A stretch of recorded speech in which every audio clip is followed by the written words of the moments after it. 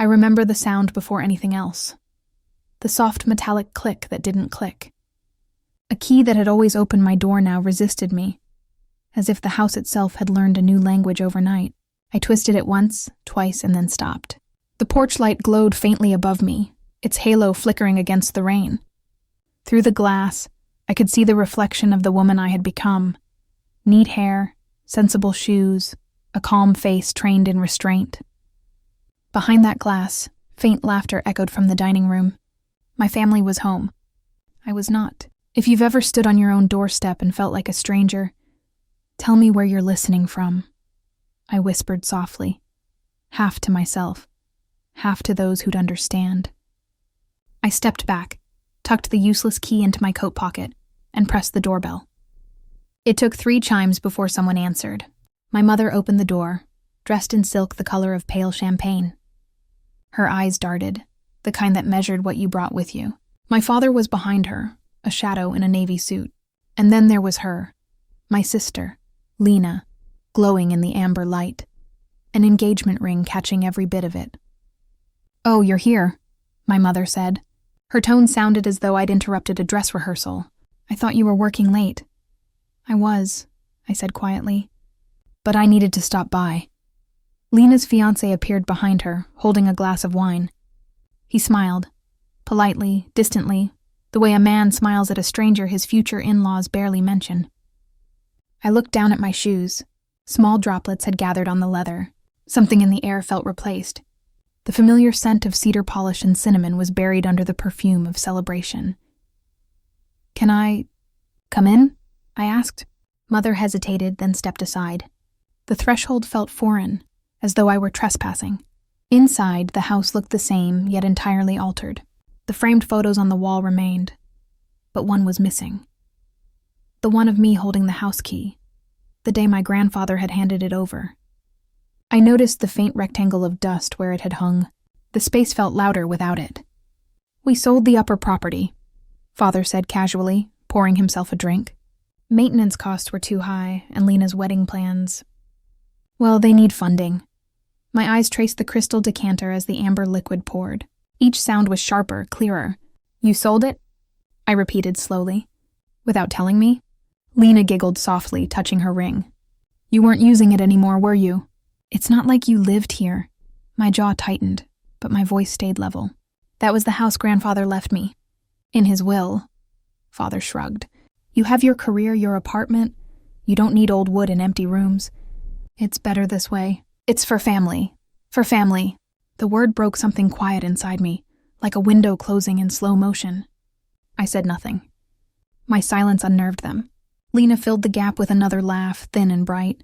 "I'll make sure to invite you early for the wedding," she said, as if generosity could erase theft.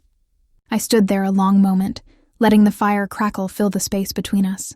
Then, without anger, without tears, I placed the useless house key on the marble table. Its metallic ring against stone sounded final. "I suppose it doesn't fit anymore," I said. My mother frowned. "Oh, don't make this dramatic." But it wasn't drama. It was truth, wrapped in calm. That night, I walked through the rain to the edge of the garden. The same path my grandfather and I had taken the day he'd first handed me the key. He'd said, "Ownership isn't about possession, Mira. It's about responsibility." Back then, I hadn't understood. Now I did. Through the windows, I could see Lena twirling, champagne in hand, my mother clapping, my father smiling in approval. The 3 of them bathed in warm light, unaware of what paper still existed. Signed, notarized, filed quietly away months ago under my name. The storm began to thicken, wind pressing cold against my face. I looked at the dark outline of the house and whispered, "You'll come back to me soon." I walked away with calm steps, the night swallowing the sound of my heels. The old brass key weighed against my palm, cool, heavy, and meaningless for now. Some locks take time to remember their owners. Some doors only open after the right words are spoken in front of witnesses. The rain had thinned to a quiet mist by morning, soft enough that I could hear the pages of the newspaper crinkle on my doorstep before I opened the door. The world outside seemed clean again, though my mind still carried last night's residue. Voices, wine glasses, and the sound of a lock refusing me. At work, I went through the motions, emails, signatures, polite nods, but my thoughts were anchored elsewhere. The documents my father mentioned replayed in my head like a bad refrain. We sold the upper property. It was phrased too neatly, too practiced. People only speak that smoothly when the truth has been rehearsed. That evening, I called Mr. Iqbal, the notary who had handled my grandfather's estate years ago. His voice was gravelly, aged but alert. "Miss Mira," he said after a long pause, "I was wondering when you'd reach out. I heard there were developments. Can we meet?" I asked. "Tomorrow." When I arrived at his office the next afternoon, the air smelled faintly of varnished wood and old ink. Stacks of ledgers lined the shelves like silent witnesses. Mr. Iqbal sat behind a wide oak desk, glasses slipping to the end of his nose, the yellow light from his desk lamp cutting across piles of documents. "I brought you this," I said, placing the envelope on his desk. "It's the property deed Father signed. I want to confirm what I already suspect." He adjusted his spectacles, scanning the paper with slow precision. His eyebrows lifted slightly. They transferred ownership to the buyer through a revised title. "No mention of your consent, though." My jaw tightened. "Which means they use their authority as joint caretakers, illegally." He nodded. "Precisely. But there's something else." He opened his drawer and pulled out a file so familiar I felt its weight before touching it. My grandfather's handwriting lined the edge, steady, deliberate.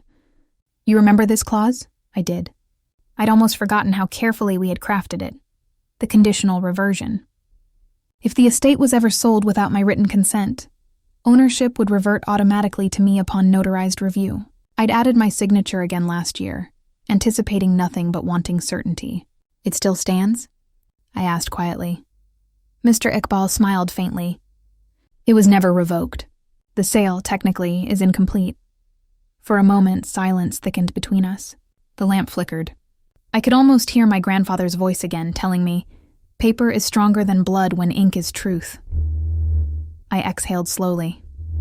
"I want the review initiated," I said. Discreetly. "No confrontation yet."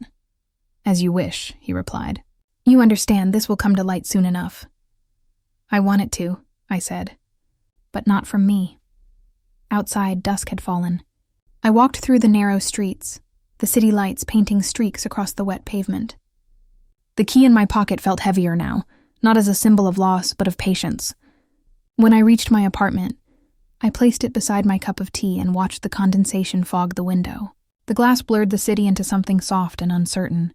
That night, I wrote a letter, short, formal, emotionless. A response to the engagement invitation Lena had sent. "I'll be there," I wrote, "and I'll bring a gift worthy of the occasion." I sealed it with steady hands, feeling the echo of my decision. This was no longer about grief. It was about precision. Justice, when done correctly, should arrive so quietly that even guilt mistakes it for grace. As I turned off the light, the room dimmed into the faint hum of traffic below. The sound reminded me of paper being folded. Thin layers pressed together, holding secrets until the right moment to unfold. And that moment I knew was drawing near. The day of the signing arrived dressed in perfect civility. The morning light slid through the blinds in thin silver lines, cutting across my desk as I packed the documents into a leather folder. I'd chosen my attire carefully. Calm colors, no jewelry, nothing that drew attention. When justice is quiet, it travels further. The notary's office was on the second floor of an old brick building. The elevator doors opened with a sigh, and I stepped out to the familiar scent of dust and polished wood. Mr. Iqbal greeted us at the door with the same courtesy he'd offered my parents when they arrived moments later. My father carried his habitual confidence like a tailored coat, while my mother clutched her purse as though it might soften the edges of guilt. Lena followed, radiant, her fiancé by her side. "Mira," my father said with a perfunctory nod, "I didn't expect you to attend, but I'm glad you came. Closure is important." I smiled faintly. "I agree. It's essential to end things properly." Mr. Iqbal gestured toward the large mahogany table at the center of the room. Papers were neatly stacked, the pens aligned with mathematical precision. Sunlight pooled on the polished surface, highlighting every shadow beneath our hands. "Shall we begin?" he asked. My father adjusted his tie and leaned over the documents, scanning them with the kind of authority that once impressed me. My mother sat quietly beside him, eyes flicking between the lines as though she could read redemption there. Lena's fiancé watched with mild detachment, already thinking about a life paid for by signatures. I waited. I'd learned patience is the sharpest form of intelligence in rooms like these. When the pen finally touched paper, I heard it, the delicate rasp of ink against parchment. It was the sound of something old collapsing, the echo of a house key turning for the last time. Mr. Iqbal cleared his throat. "Before we finalize," he said evenly, "there's one clause that requires acknowledgement." My father frowned. "Clause?" "Yes," the notary replied. "A provision from the original deed, added 2 years ago during a routine renewal. It's a reversionary clause, filed under the heir's authority." The room stilled. I could feel the pulse of surprise before anyone spoke. My father's hand froze mid-motion. "What does that mean?" Lena asked, her voice a little too bright. "It means," Mr. Iqbal said, sliding the document forward, "if the property is sold without the written consent of the named heir, Miss Mira, in this case, the transaction is considered void upon notarized review." Silence pressed against the walls. My mother's breath caught audibly.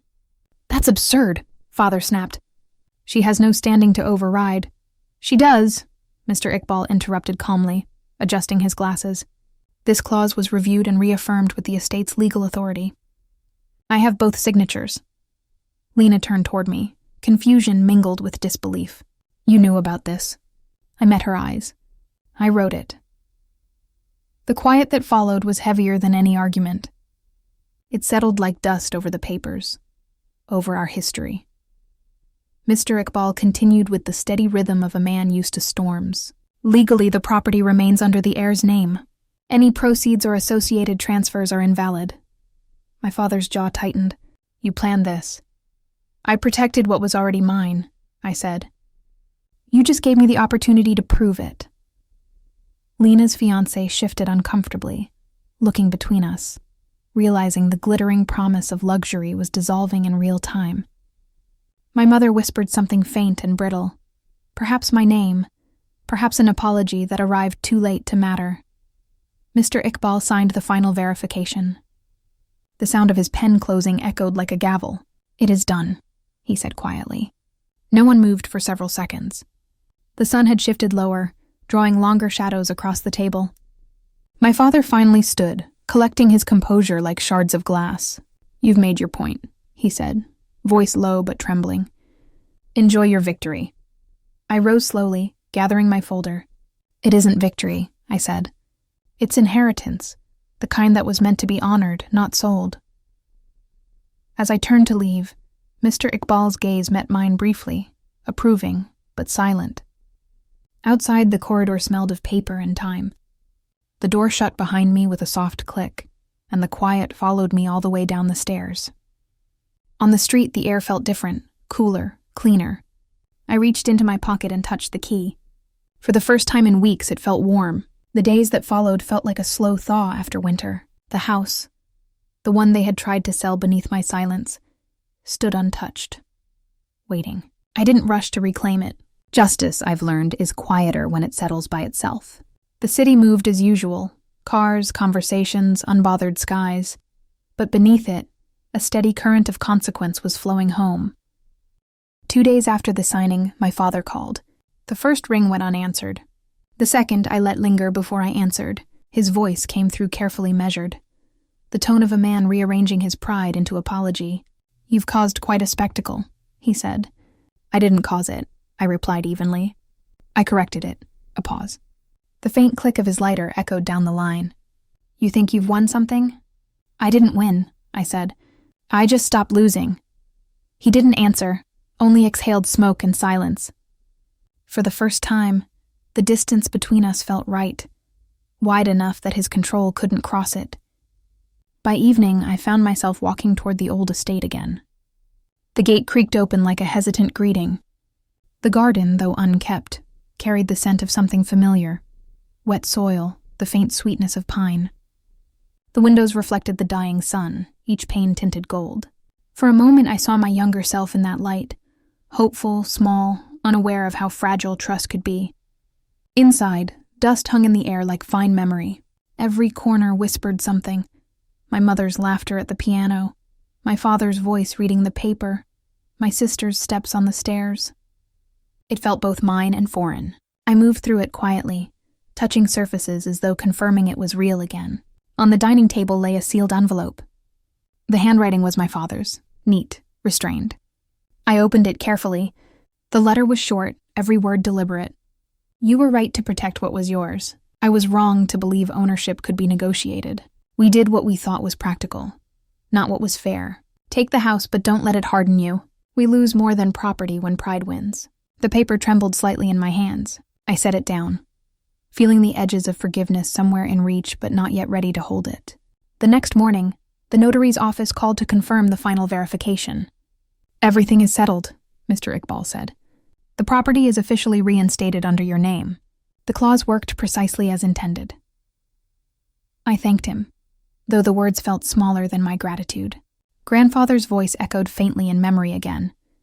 A house doesn't keep you, Mira. You keep it by remembering why it mattered. Later that week, Lena arrived. She didn't knock. I found her standing by the gate, her posture softer than I'd ever seen. The ring on her finger glinted faintly, but her eyes had lost their shine. You could have told me, she said. You wouldn't have listened, I answered gently. She nodded, almost agreeing. He called off the wedding, she admitted after a pause. He said he didn't want to start a marriage with someone who didn't own honesty. I didn't gloat, didn't smile. Some victories belong to silence. Lena's voice faltered. I'm sorry for all of it. I studied her face. Too familiar, too young to carry regret for long. You'll be fine, I said quietly. Some lessons come late, but they last. When she left, I walked to the front door, unlocked it, and let the air shift inside. Light spilled through the rooms, painting everything in clean contrast. I walked through each space slowly, the hallway, the study, the kitchen, each step reclaiming not just what was mine, but who I had been before I learned to defend myself in stillness. In the corner of the living room stood the old display case, untouched. I opened it and placed the house key on the top shelf. The brass had dulled, but it gleamed under the light, as if remembering the hand that first held it. Outside, the wind moved through the trees like a whisper, gentle and complete. I didn't need to close the door behind me. It knew me again. The clause hadn't just returned a house, it had returned balance. And balance, unlike vengeance, stays. The first morning in the house felt different than I remembered. The light entered more slowly, as if the walls needed time to recognize me again. Dust floated lazily in the sunbeams, drifting like forgotten thoughts, and the silence was deep, peaceful, not empty. I made coffee in the old kitchen, using the same porcelain cup my grandfather once favored, the handle faintly chipped where his thumb used to rest. The house creaked as it settled, each sound a greeting instead of a ghost. I spent the next hours opening windows, letting air move through every room. Curtains swayed gently, stirring the scent of old wood and something faintly floral. Outside, the garden was wild but alive. Ivy had climbed the walls. Roses still bloomed where the sunlight touched. I didn't rush to fix anything. Some places, like people, need to breathe before they can begin again. As I walked through the corridor, my reflection appeared in the hallway mirror. I looked older but lighter, too. The quiet inside me wasn't made of bitterness anymore. It was made of space. For the first time in years, I didn't feel like I was waiting for an apology. Later that day, I visited the notary one last time to sign the restoration notice. Mr. Iqbal handed me the document, his pen steady in his hand. You've closed a circle, he said. Not closed, I replied. Just completed. He smiled faintly. Your grandfather would have been proud, I believed him. Justice hadn't arrived as thunder or punishment. It had come like a returning tide, washing away what didn't belong, leaving the shore clean. I thanked him and walked back into the sunlight. At the house, I found my mother waiting by the gate. She looked smaller somehow, her posture uncertain. The pearls she always wore seemed too heavy for her neck.